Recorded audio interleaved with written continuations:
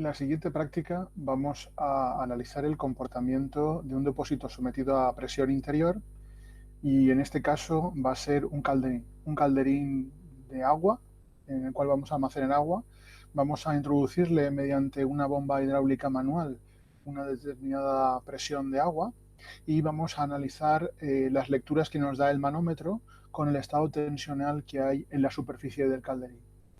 En este caso, un calderín, que es un depósito a presión, puede utilizarse para almacenar aire comprimido, para dar servicio a máquinas, a distintos elementos en una industria, o bien se puede utilizar para poder almacenar agua, como estamos haciendo en este caso a presión, para darle el servicio a el momento en el que sea necesario mantener agua con unos niveles de presión.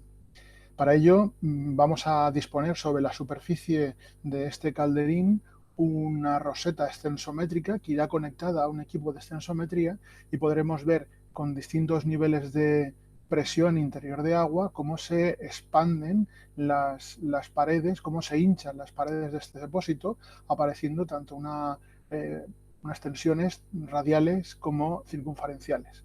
Hemos cogido en este caso un calderín y vamos a introducirle a una presión de agua para mantener niveles de seguridad.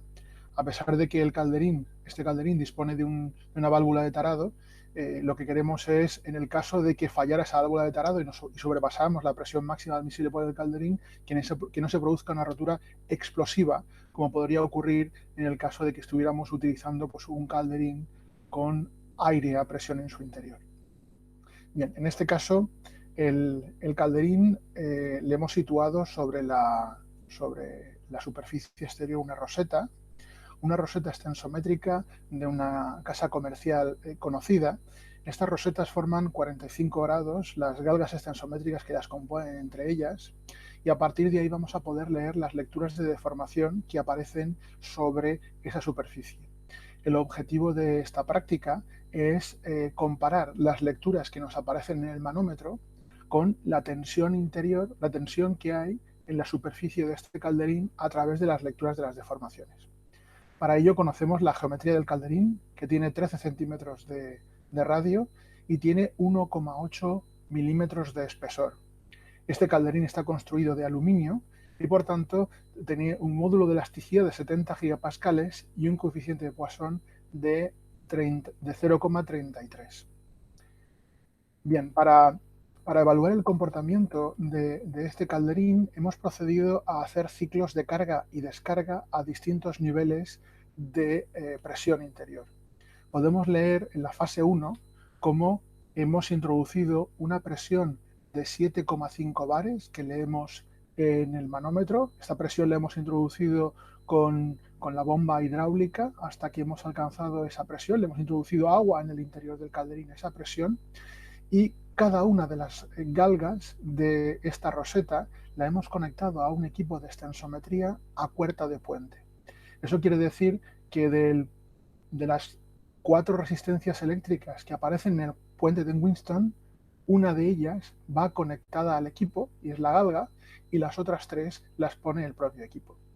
Observamos que en la primera fase, que hemos llegado a una presión interior de 7,5 bares, las deformaciones unitarias de las 3 galgas son positivas, es decir, que en este caso el depósito está alargándose en cada uno de los puntos donde estamos midiendo la deformación, con 269 microdeformaciones en la galga número 1, en la número 2 129 microdeformaciones y en la galga 3 251 microdeformaciones. El término de deformación es deformación unitaria y el equipo de extensometría lo que me produce son, o que me presenta son deformaciones por 10 a la menos 6.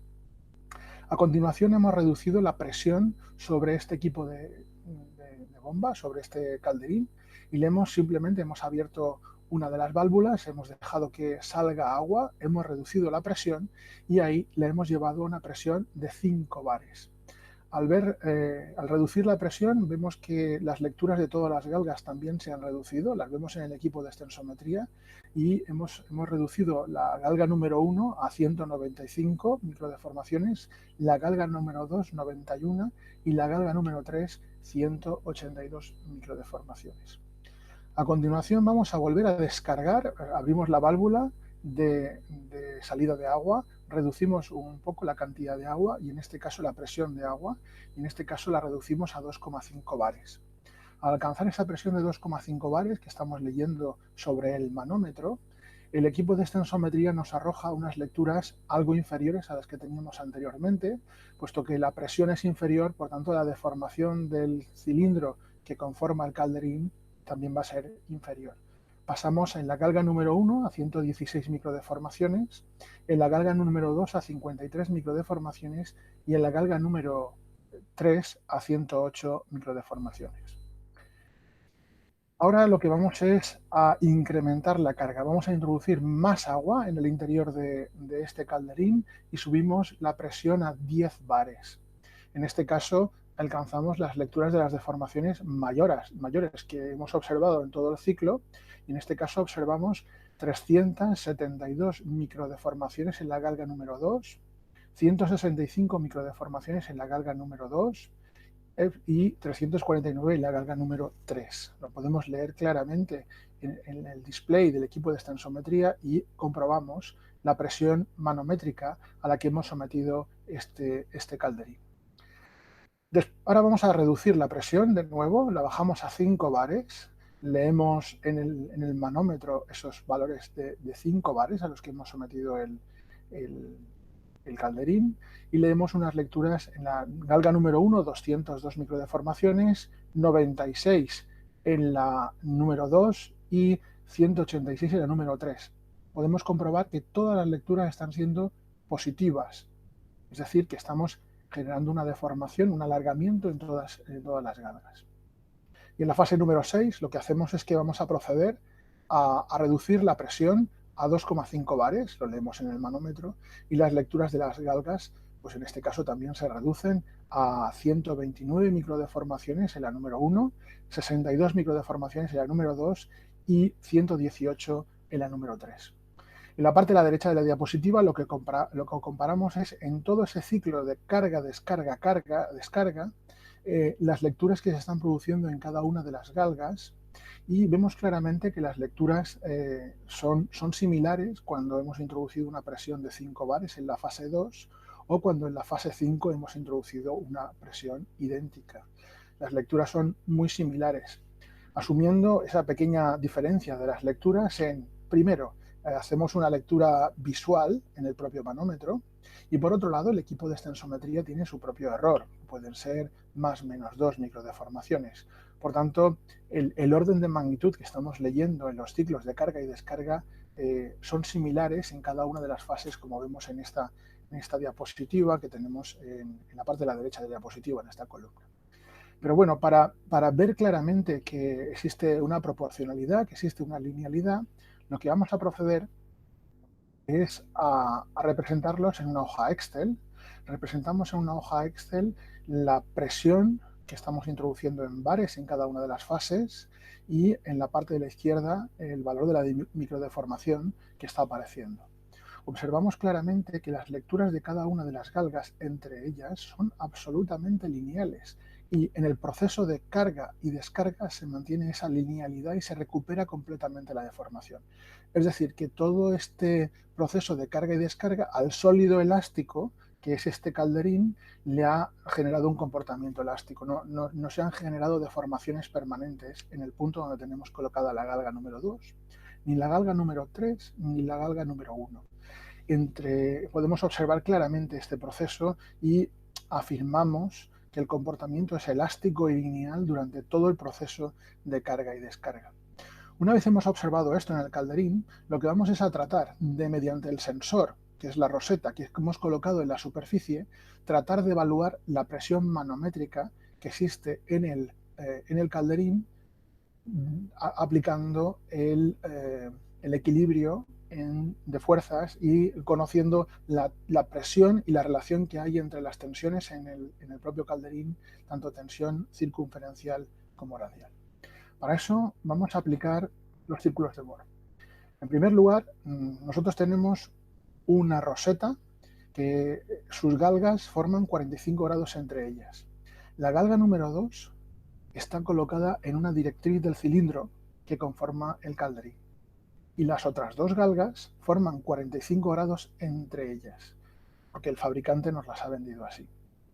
Nosotros vamos a construir la matriz de deformaciones en el plano X, Y, definido por las galgas 1 y 3, a partir de las lecturas de las galgas. Y en este caso, lo que vamos es a utilizar las características de la propia ecuación de la roseta. En este caso las vamos a particularizar para una roseta cuyos galgas forman 45 grados, y de esta forma vamos a ser capaces de leer la distorsión unitaria, es decir, construir completamente la deformación plana que aparece sobre ese punto. En este caso podemos simplificar mucho la ecuación de la roseta y obtenemos directamente esta expresión que se obtiene bien por los círculos de Moore, o una expresión que se puede utilizar directamente aplicando, por un lado, el vector de formación, y por otro lado, a ese vector de formación aplicarle el lema de Cauchy. Es decir, tendríamos la matriz de deformaciones, tendríamos su vector unitario, y a partir de ahí calculamos la componente intrínseca normal del vector de formación, multiplicando el vector de formación por el unitario en la dirección en la cual queremos calcular esa proyección. Ambos procedimientos serían idénticos para poder calcular el valor de la distorsión angular. Conocida la distorsión angular y las lecturas de epsilon x y epsilon y, somos capaces de, sobre el círculo de Moore, proceder a representar el propio círculo. En este caso, en primer lugar, representamos el punto. En este caso, el punto está dado por la lectura del eje X, que son 269, y la lectura de un medio de gamma xy que lo hemos calculado a partir de la ecuación de la roseta. Por otro lado, procedemos a calcular el centro del círculo, como epsilon x más epsilon y más epsilon 2 nos da la posición de la distancia que hay entre el origen de coordenadas y el centro del círculo. A partir de que conocemos el centro del círculo y por otro lado conocemos este punto, directamente podremos calcular el valor del radio aplicando el teorema de Pitágoras, donde conocemos este cateto vertical es el valor de un medio de gamma xy, tenemos allí un medio de gamma xy al cuadrado, y el otro cateto lo vamos a calcular como la distancia que hay desde esta posición a esta posición. Como nosotros tenemos el valor de 269, habrá que restarle al valor de 269 el valor del centro. De aquí sale esta expresión con la cual calculamos el valor del radio. Conocido el valor del centro y del radio, seremos capaces de calcular el valor de la deformación principal máxima, simplemente sumándole al centro el radio, o la deformación principal mínima, restándole al centro el valor del radio. Y luego, por otro lado, vamos a calcular el ángulo que hay desde el plano en el cual nosotros nos hemos situado hacia la posición de deformación máxima o deformación mínima. En este caso, directamente aplicando la expresión de la tangente de este ángulo doble que tenemos aquí representado, podemos despejar la expresión y obtener que ese ángulo, el que nos llevaría de este plano a una situación de tensiones principales máximas, sería 43,1 grados. Esto quiere decir que cuando nosotros hemos pegado la galga, la roseta, sobre la superficie, hemos cometido un pequeñísimo error en el cual, en lugar de colocar epsilon 2 directamente sobre la directriz, pues hemos cometido un pequeño error de 2 grados, de forma que no estamos formando directamente 45 grados con la dirección donde se producen las máximas deformaciones, sino que hemos cometido ese pequeño error que nos hemos ido, pues al pegarla, esa roseta, que la hemos pagado de forma manual, hemos preparado la superficie, después hemos pegado con un adhesivo basado en cianocrilato, pues esa manipulación ha generado ese ligerísimo error que va a tener una pequeña diferencia en los resultados finales. Bien, pues eso mismo podemos extrapolarlo para todo el proceso de carga y descarga que nosotros hemos realizado. Es decir, tenemos todas las presiones a las que hemos ido sometiendo esos ciclos de carga de presión sobre el depósito, sobre el calderín. Calculamos el valor de las distorsiones angulares en cada uno de los casos, los radios, de cada uno de los círculos de Moore y las posiciones del centro, y somos capaces de calcular los valores de las deformaciones máximas y mínimas para cada uno de los niveles de presión que hemos introducido. Y estamos observando que las lecturas son prácticamente idénticas. El error que nos llevaría, o el ángulo que nos llevaría a estar en una situación de deformaciones principales máximas o mínimas, sería este que tenemos aquí representado de 43,1, 43 grados. Bien, ahora sabemos exactamente la relación entre la presión que estamos introduciendo manométricamente, medida con el equipo, con esta instrumentación, y las deformaciones máximas que se producen y mínimas que se producen sobre el calderín. Vamos a recordar ahora las relaciones que existen entre las tensiones máximas y las tensiones mínimas, es decir, las tensiones principales que aparecen sobre la superficie de un depósito cilíndrico sometido a presión. En este caso vamos a plantear las ecuaciones de equilibrio estático. En primer lugar, nosotros hacemos un corte virtual aplicando el método de las secciones y tenemos por un lado la superficie sobre la que está actuando la presión. En este caso, la presión actúa por el valor de B, que sería la longitud de ese cilindro. El valor del diámetro de ese cilindro nos estaría dando un valor de un cuadrado o sobre un rectángulo. Y sobre ese rectángulo está actuando una presión, y esa presión, por tanto, lo que me va a generar va a ser una fuerza cuando yo la multiplique por la superficie sobre la que actúa. De la misma manera, en el equilibrio, me tienen que aparecer unas tensiones internas, en este caso dadas por sigma 1, que las estoy representando en este punto y en este punto. Y esas tensiones dadas por sigma 1, si yo las quiero pasar a fuerzas, las voy a multiplicar por sobre la superficie sobre la que actúan. Y la superficie que la que está actuando aquí será la longitud del depósito, lo hemos llamado B en este caso, y el espesor del propio depósito. En este caso tengo por un lado un espesor aquí y por otro lado un espesor en la parte inferior. Por tanto, el aplicar ese equilibrio lo que me lleva es que F1 será la presión por 2 veces el radio y por el ancho. En este caso os había hablado antes del diámetro, el diámetro es 2 veces el radio. Y luego, por otro lado, sabemos que la tensión interna que aparece sobre el propio cilindro será la fuerza partido por el área y la fuerza partido por la longitud, por el espesor, la parte de arriba, y la longitud y el espesor en la parte de abajo, por eso me aparece este 2. Despejando de esta expresión, obtenemos que la tensión es la presión por el radio partido por el espesor. Bien, por otro lado, la presión que intenta hacer hincharse las paredes de este depósito me ha generado esta presión que acabamos de calcular, pero sobre las paredes exteriores del propio cilindro también me van a generar unas presiones. Y esas presiones las hemos marcado aquí, que me generan unas tensiones sigma 2, y vamos a plantear el equilibrio ahora en este caso. En este caso, la superficie que está actuando, por un lado tengo una presión que será, me generará una fuerza, que será la presión por el área sobre la que actúa. En este caso, pi r cuadrado es el área de este círculo. Y luego, por otro lado, tengo las tensiones internas que aparecen sobre toda esta circunferencia que estoy marcando, sobre este anillo, y esas tensiones serán sigma 2, y si las quiero para plantear un equilibrio de fuerzas, pasarlo a una fuerza, tendré que multiplicarla por la superficie sobre la que actúa. En este caso, esa fuerza F2 será el valor de sigma 2 por 2 pi r por el espesor. En este caso, el perímetro de este anillo multiplicado por el espesor. Estamos hablando de que estos son depósitos que tienen un espesor pequeño, en el cual estamos concentrando prácticamente todo el espesor en la línea media. Bien, de aquí obtenemos que el valor de sigma 2 es P por el radio partido por 2 veces espesor. Con lo cual estamos calculando, por un lado, la tensión máxima que aparecerá, que es esta que tenemos marcada en azul en esta dirección, y la tensión mínima, que es esta que tenemos aquí planteada en rojo.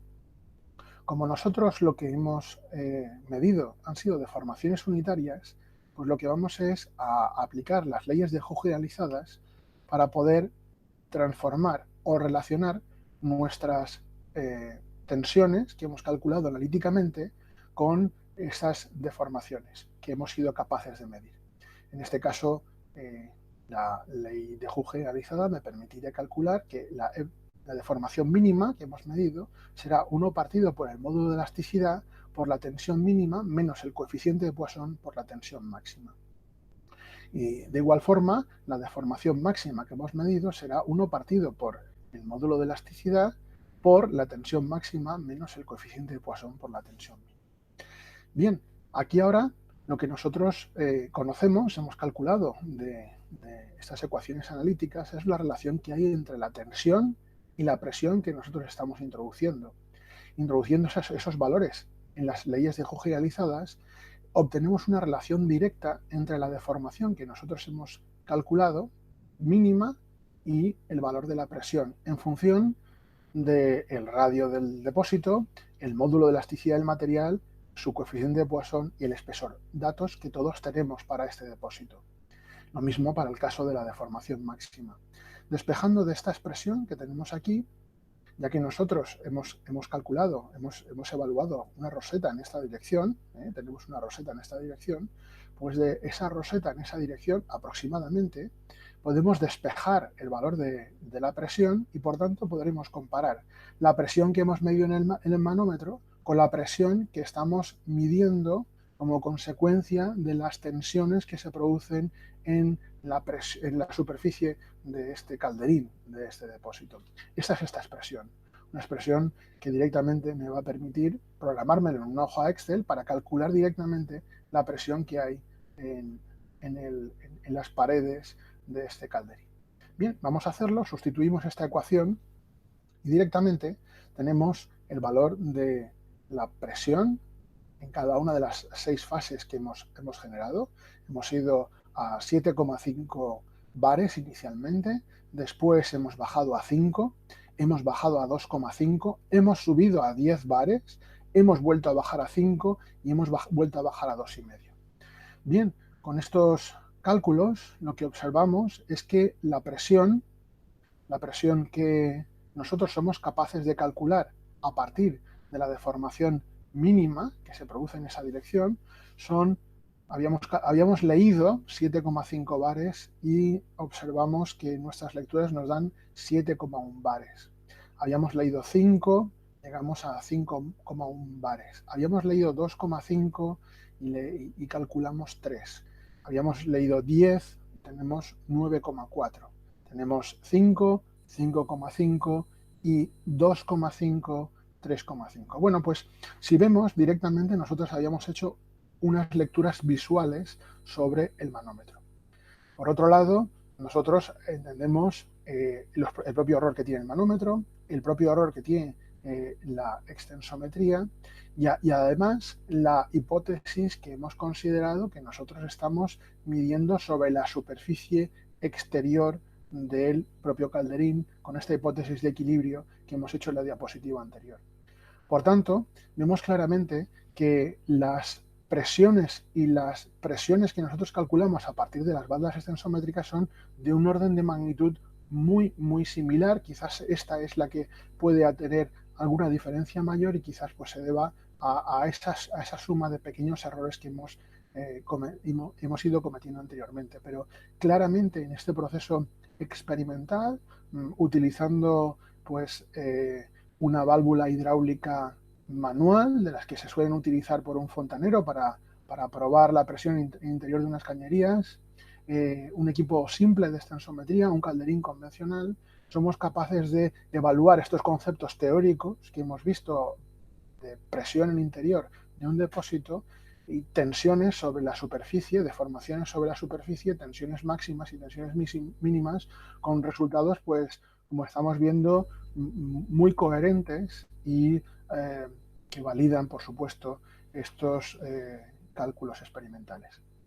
Bien, simplemente recalcar que los equipos, los calderines, tienen los depósitos a presión tienen unas importantes aplicaciones industriales, Estos equipos se utilizan pues, para almacenar energía y después utilizarla en distintas fases en una industria. Y claramente podríamos analizar o podríamos calcular el valor de la presión que hay en su interior pues, a través de unos sensores como podrían ser unas bandas extensométricas que nos han validado perfectamente los resultados que este manómetro nos han dado, esas lecturas que nos han dado esos manómetros.